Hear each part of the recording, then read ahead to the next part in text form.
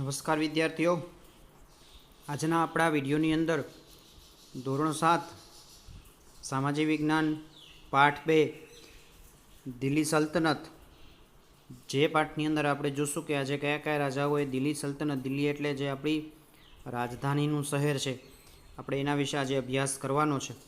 તો શરૂ કરીએ. તો પ્રાચીન કાળથી જ દિલ્હી ભારતીય રાજનીતિના કેન્દ્ર રહ્યું છે.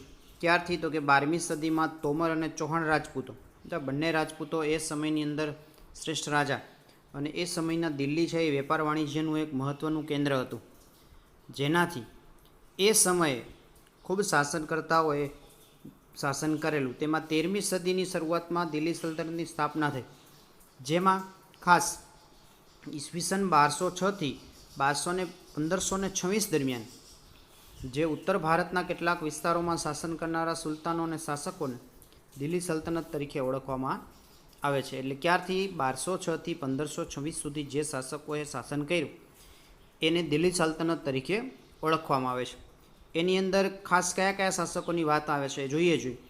એની અંદર ખાસ મૂળભૂત રીતે આ શાસકો તુર્ક અને અફઘાન મૂળના હતા, એટલે તુર્કસ્તાન અને અફઘાન બાજુથી આવેલા એ વ્યક્તિઓએ ભારતમાં શાસન કરેલું.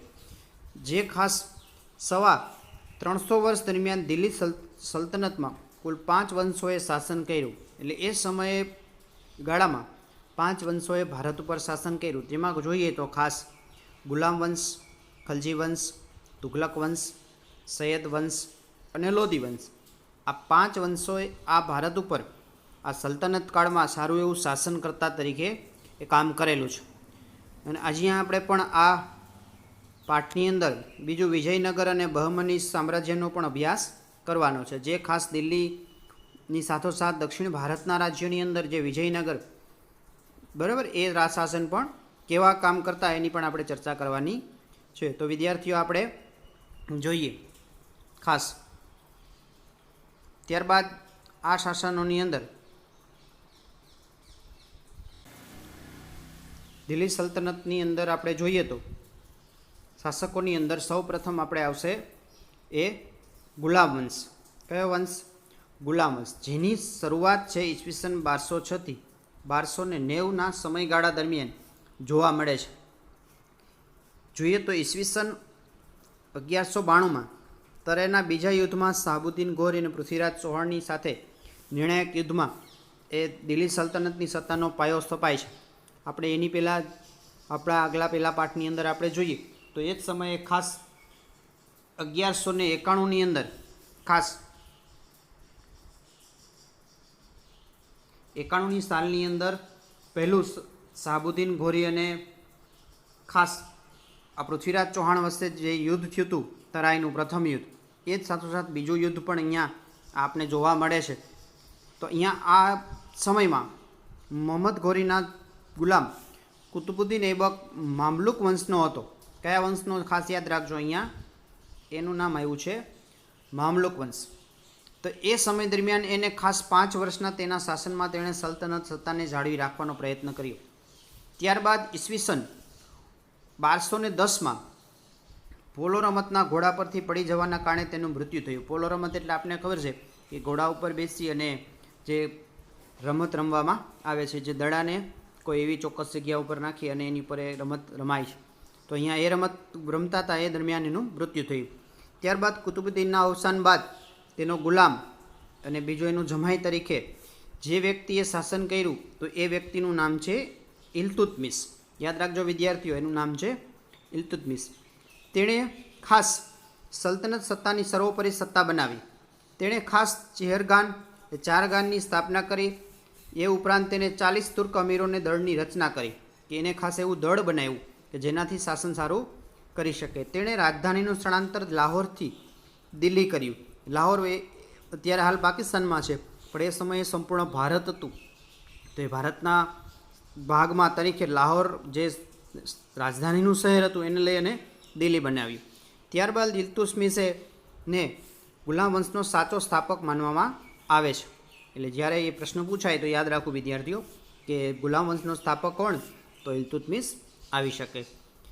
ત્યારબાદ તેણે એક પોતાના પુત્રને સુલતાન બનાવવા યોગ્ય ન લાગતા ઇલ્તુત્મિશે પોતાની કાબેલ પુત્રી ખાસ યાદ રાખજો, એને પોતાની દીકરી રઝિયાને, શું નામ છે, રઝિયા, તેને ઉત્તરાધિકારી એટલે કે એને પોતાની સત્તા ઉપર બેસાડ્યા. તો અહીંયા જો પ્રથમ એવો રાજા હતો કે જેણે પોતાની દીકરીને એ સત્તા ઉપર સ્થાપના કરી.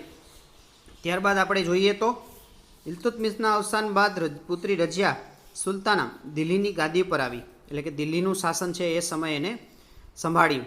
તો દિલ્હીની ગાદી આવનાર પ્રથમ મહિલા શાસક, તમે જો યાદ રાખજો ખાસ, એ પ્રથમ મહિલા શાસક છે કે જેને ભારતમાં આ શાસન કર્યું.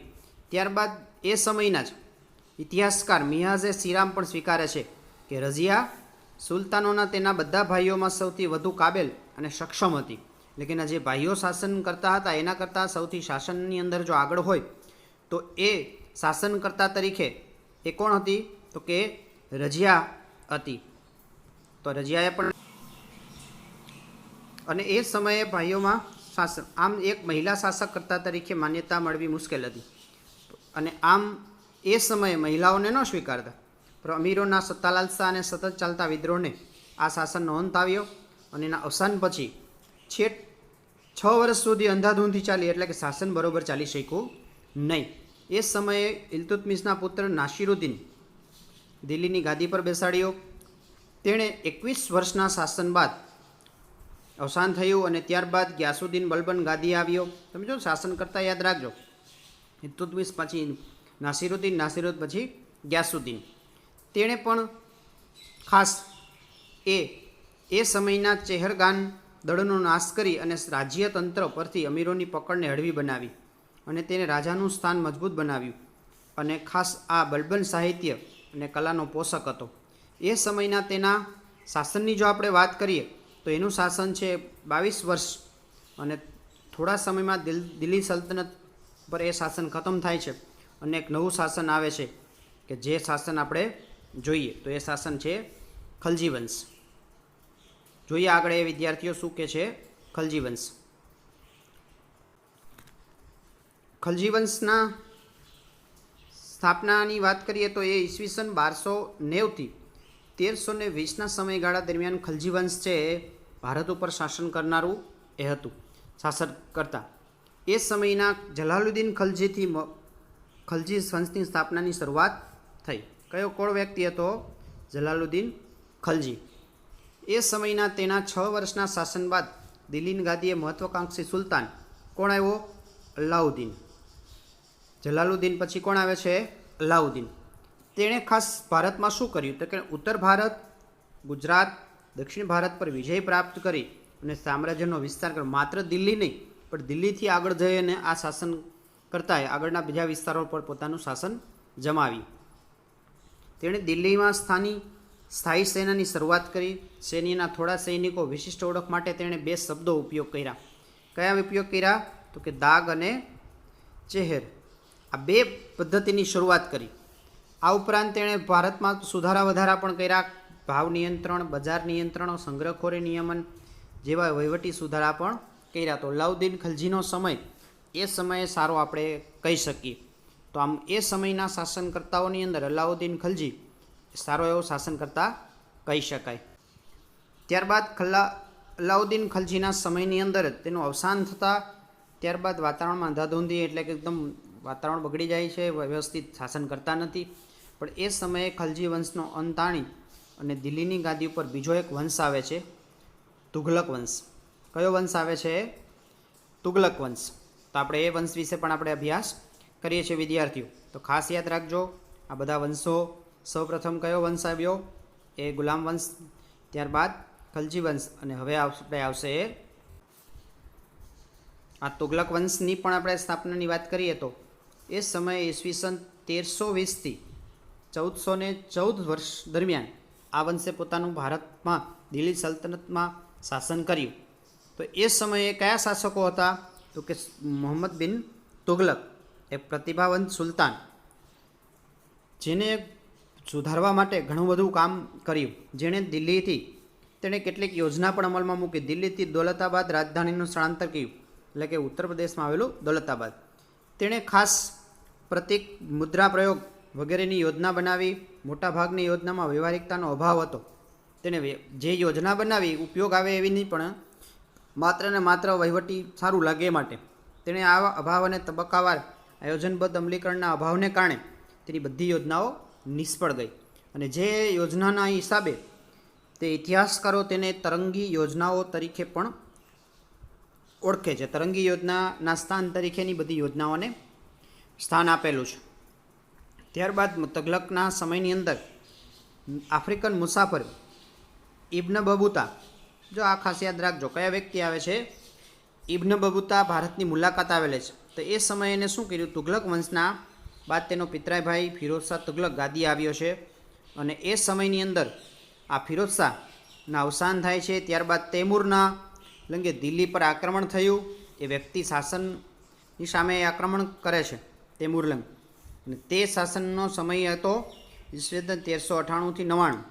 આમે પાયા એના હચમચી જાય છે, એટલે કે સત્તા નાશપ્રાય પામે છે અને આ સત્તા માત્ર થોડાક જગ્યાએ મર્યાદિત રહે છે. ત્યારબાદ નવો એક વંશની સ્થાપના આવે છે. જે વંશ આગળ આપણે જે વિદ્યાર્થીઓ વંશ આવ્યો એ વંશ છે એ આપણો આવશે સૈયદ વંશ. આનો સમયગાળો પણ ઈસવીસન 1414થી 1415 વર્ષના સમયગાળા દરમિયાન. અને એની સાથોસાથ બીજો એક વંશ આવ્યો એ લોધી વંશ, જેનો સમયગાળો છે ઈસવીસન 1451થી 1526. આમ આ સમયગાળા દરમિયાન જે વંશો આવ્યા એની અહીંયા આપણે ચર્ચા કરી છે. જોઈએ આ બંને વંશો શું છે.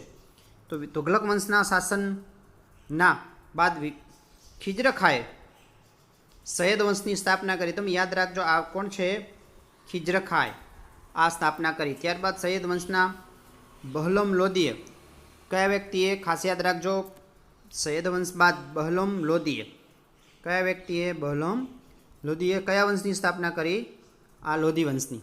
તો આમ બે વંશના સ્થાપકનું નામ પણ આવી જાય છે. આ બહલોમ લોધી સલ્તનતનો પ્રથમ અફઘાન શાસક હતો, એટલે અફઘાનિસ્તાન બાજુથી આવેલો, બરાબર, એ સારો એવો શાસક. અને લોધી વંશનો જો ઇબ્રાહિમ વાત કરીએ તો અંતિમ બાદશાહ છે ઇબ્રાહિમ લોધી, જેને દિલ્હી સલ્તનત પર શાસન કર્યું. એ સમય દરમિયાન ઈસવીસન 1526માં બાબર, જે પાણીપતના પ્રથમ યુદ્ધમાં તેનો પરાજય થયો. બાબર એટલે કોણ, જે મુઘલ સલ્તનતના પ્રથમ શાસક કર્તા તરીકે જે આવેલો એ બાબરની આપણે અહીંયા ચર્ચા કરવાની, પછી આગલા પાઠોની અંદર એ આવશે. તો એ બાબર. ત્યારબાદ અહીંયા એનાથી આ સલ્તનત યુગનો અંત આવ્યો અને મુઘલ શાસનની શરૂઆત થાય છે. એટલે એ શાસકના અંતથી જે ઇબ્રાહિમ લોધી સાથેના યુદ્ધથી આ જે સલ્તનત સમયગાળો છે એ ખતમ થાય છે. તો વિદ્યાર્થીઓ એ સમયના આપણે જોઈએ શું હજી પણ એ કંઈ વ્યવસ્થાઓ ભારતના સલ્તનત કાળના સમયની અંદર કેવી કેવી વ્યવસ્થા હતી. એમાં સૌપ્રથમ આપણે જોઈએ એની રાજ્ય વ્યવસ્થા કેવી હતી. તો વિદ્યાર્થીઓ ખાસ યાદ રાખજો, આપણે જોઈએ છે એની જે કંઈ વ્યવસ્થાઓ. એ સમય દરમિયાન 13મી સદીમાં સ્થપાયેલા દિલ્હી સલ્તનતના ભારતમાં શાસન વ્યવસ્થાની દૃષ્ટિએ વિશિષ્ટ હતું, કારણ કે એ સમયની અંદર કેન્દ્રમાં સુલતાન જે શાસન કરતા એમાં કેન્દ્રમાં સુલતાન તરીકે ઓળખવામાં આવતા અને સુલતાનની સત્તા સર્વોપરી માનવામાં આવતી. જેની અંદર જે કંઈ વ્યવસ્થા હતી એની વ્યવસ્થા આપણે જોઈએ તો સર્વોચ્ચ સેનાપતિ, કારોબારી સર્વોચ્ચ વડો, સર્વોપરી ન્યાયાધીશ પણ કોણ હતા, એ સુલતાન જ માનવામાં આવતા. અને ત્યારબાદ સુલતાનને માટે એક વ્યવસ્થા હતી જે મદદ કરનાર હતો એકનું મંત્રીમંડળ. ત્યારબાદ એમાં મંત્રીઓ પણ હતા, અધિકારીઓ પણ હતા, અને આમ બધાના નિમણૂક કોણ કરતા, તો કે સુલતાન પોતે. આખી આવી વ્યવસ્થા એ સમયે ખાસ ગોઠવેલી હતી. ત્યારબાદ કેન્દ્રીય, પ્રાંતિક, સ્થાનિક એમ 3 વિભાગોમાં વહેંચેલી હતી, જે અત્યારે હાલ આપણી વ્યવસ્થા છે એ પ્રમાણે કેન્દ્ર સરકાર, રાજ્ય સરકાર અને સ્થાનિક સ્વરાજ્યની સંસ્થાઓ. તો એ રીતે પણ એ દિલ્હી સલ્તનતના સમયની અંદર પણ આવી વ્યવસ્થાઓ હતી. હજી આપણે જોઈએ શું છે એ કેન્દ્રીય શાસન. તો કે સુલતાન પછી મંત્રીમંડળ મુખ્ય હતું, તેમાં પ્રધાનમંત્રી વઝીર કહેવાતો. જો એના માટે શબ્દ આપ્યો છે પ્રધાનમંત્રી વઝીર, જે વહીવટી તંત્રનો વડો હતો. ત્યારબાદ જુદા જુદા વિભાગોની પણ અહીંયા વ્યવસ્થા કરવામાં આવી છે, જેમાં સેના વિભાગ, પત્રવ્યવહાર વિભાગ, ધર્મ વિભાગ, વિદેશ વિભાગ, ગુપ્તચર વિભાગ, આમ કેટલા ઘણા બધા વિભાગો પણ એ સમય હતા, જેમ અત્યારની શાસન વ્યવસ્થાની અંદર જુદા જુદા ખાતા આવેલા છે એ રીતે. ત્યારબાદ આમ આ વિભાગોની અંદર આધુનિક જે મંત્રીમંડળ છે એવી વ્યવસ્થા આપણને જોવા મળે છે. તો એ પણ ખાસ યાદ આપણે વિદ્યાર્થીઓ. એ સમયે જે વ્યવસ્થા હતી એમાંની બીજી છે પ્રાંતીય શાસન. તો કે પ્રાંતને જાગીરમાં વહેંચવામાં આવેલું હતું. તેના માટે એક શબ્દ વાપર્યો છે એકતા. કયો શબ્દ વાપર્યો છે? એકતા. એકતાનો અર્થ શું? તો કે વડો ઇક્તેદાર કે મુક્તિ કહેવાતો. જો એના માટે શબ્દ આવ્યો છે ઇક્તદાર કે મુક્તિ કહેવાતો. તો અહીંયા આપણે એ વ્યવસ્થા ખાસ ગોઠવેલી છે, જેમાં પ્રાંતની કારોબારીની ન્યાયતંત્રનો વડો હતો, જેનું કાર્ય શું હતું? જમીન મહેસૂલ એકત્ર કરવું, જે જમીન વાપરી રહ્યા છે એનું મહેસૂલ ભરી અને રાજા સુધી પહોંચાડવું, અને સુલતાનને જરૂર પડે ત્યારે લશ્કરી મદદ કરવી. તો આ રીતે પણ વ્યવસ્થા ગોઠવેલી હતી પ્રાંતીય.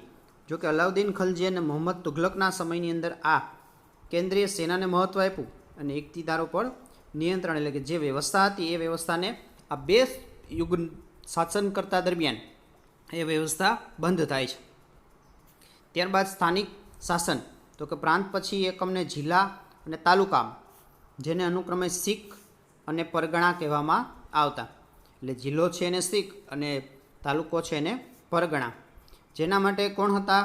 તો કે ગામનો વહીવટ જે કરે છે એના માટે મુખી અને મુકદ્દમ અને પરવારી અને કારકુન તેને મદદ પણ કરતા હતા. આવી આખી વ્યવસ્થા એ સમયના શાસન વ્યવસ્થાની અંદર ગોઠવેલી હતી.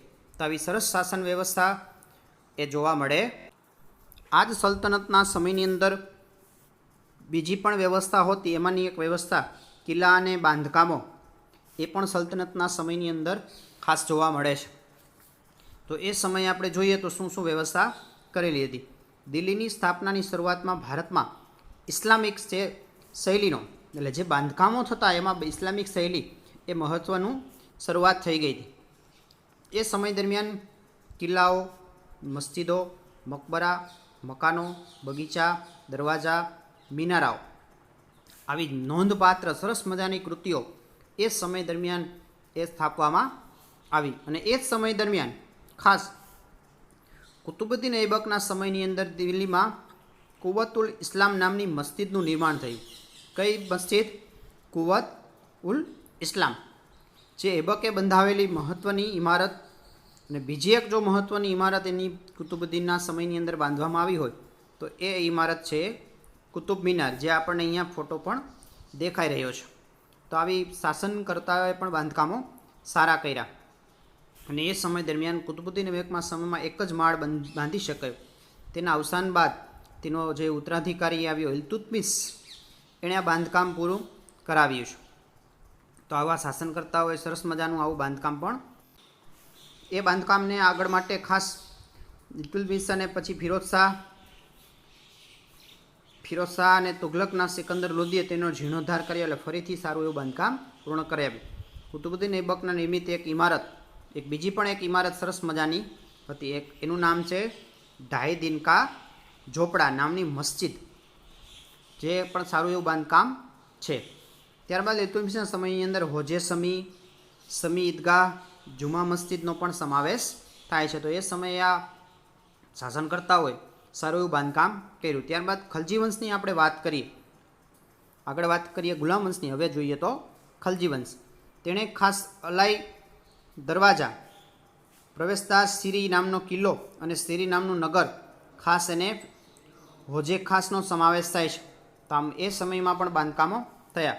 તુઘલકના શાસનમાં તુઘલકાબાદ, ફિરોઝાબાદ, હિસાર, જૌનપુર, ફિરોઝપુર, ફતેહાબાદ, આ નગરો પણ એ સમયે તુઘલક વંશમાં, જેને આપણે તરંગી વિચારોવાળા રાજા કહેતા હતા, તો એ સમયની અંદર એ શાસકે આ સારા એવા બાંધકામો પણ નગરો વસાવ્યા છે અને ખાસ એવા બનાવ્યા પણ હતા. તો એ જ સમયે દિલ્હીમાં અનેક બીજા બાંધકામો પણ થયા, જેમાં કિલ્લાઓ, મસ્જિદો, તળાવો, મહેલો, સ્નાનાગારો, મકબરા, પુલો, સરાઈઓ, બગીચાઓ, જેનું બાંધકામ થયું. સૈયદ અને લોધી વંશના દરમિયાન ખાસ જો બે વંશ, કયા વંશ? ખાસ સૈયદ અને લોધી વંશ. મકબરા, એટલે કે જે મૃત્યુ પામ્યા પછી મકબરા બનાવીને માથે એ મસ્જિદનું બાંધકામ પણ ખાસ કરવામાં આવતા. તે એમાંનું બાંધકામની અંદર બંદેખાનનો ગુંબજ અને બડા ગુંબજ, મોઢની મસ્જિદ, સિયાઉદ્દીનનો મકબરો, આ ખાસ એવા મકબરા એ સમયની અંદરના ખાસ પ્રખ્યાત માનવામાં તો સાથ એ જ સમયે બીજા રાજ્યો પણ જેમાં વિજયનગર સામ્રાજ્યનો પણ સમાવેશ થાય છે એનો સમયગાળો પણ ઈસવીસન 1206 થી 1290ના સમય દરમિયાન જોવા મળે છે. અહીંયા તુઘલકના નિર્બળ સુલતાનોના સમય દરમિયાન દિલ્હી સલ્તનતના વિઘટનની પ્રક્રિયાઓ પ્રારંભ થયો, જેમાં વિઘટન એટલે જુદું પડ્યું, જેમાં સૈયદ વંશ અને લોધી વંશ આ પ્રક્રિયા ઝડપથી બની. આ બંને વંશો આગળ વધ્યા. ત્યારે તૈમૂરનું જે આક્રમણ થયું તેમાં સ્થિતિ વધારે બગડી અને આ જ એ જ સમયે ઉત્તર ભારત અને દક્ષિણ ભારતમાં અનેક પ્રદેશો સ્વતંત્ર થયા, એટલે પોતાનો અલગ વિસ્તાર બનાવ્યો. જે વિસ્તારો બનાવ્યા એમાંના વિજયનગર, બહમની, માળવા, મેવાડ, બંગાળ, જોનપુર આવા જુદા જુદા એ સમયના આ રાજવંશોએ એ સમય અહીંયા શાસનો કર્યા. જેમાંના મહત્ત્વના આપણે કહી શકાય તો એવા બે રાજાઓ વિશે આપણે વાત કરવાની છે, વિજયનગર અને બહમની રાજ્ય. તો એ બંનેના શાસન દરમિયાન શું શું જોવા મળે છે એ આપણે આગળ. એ સમયની અંદર હરિહર અને બુકારાએ, જોજો એ નામ યાદ રાખજો, હરિહર અને બુકારાએ બંને ભાઈઓએ ઈસવીસન 1336માં તુંગભદ્રા નદીના કિનારે, જે દક્ષિણ ભારતની નદીઓમાંની એક નદી છે, એ સમયે પોતાની રાજ્યની રાજધાની બનાવી અને વિજયનગર સામ્રાજ્યનો પાયો નાખ્યો. તો કયા રાજાએ વિજયનગર સામ્રાજ્યનો પાયો નાખ્યો? હરિહર અને કોણ? બુકારાએ. આ બંને શાસકોએ તુંગભદ્રા નદીના કિનારે એ પોતાનું રાજ્ય સ્થાપ્યું.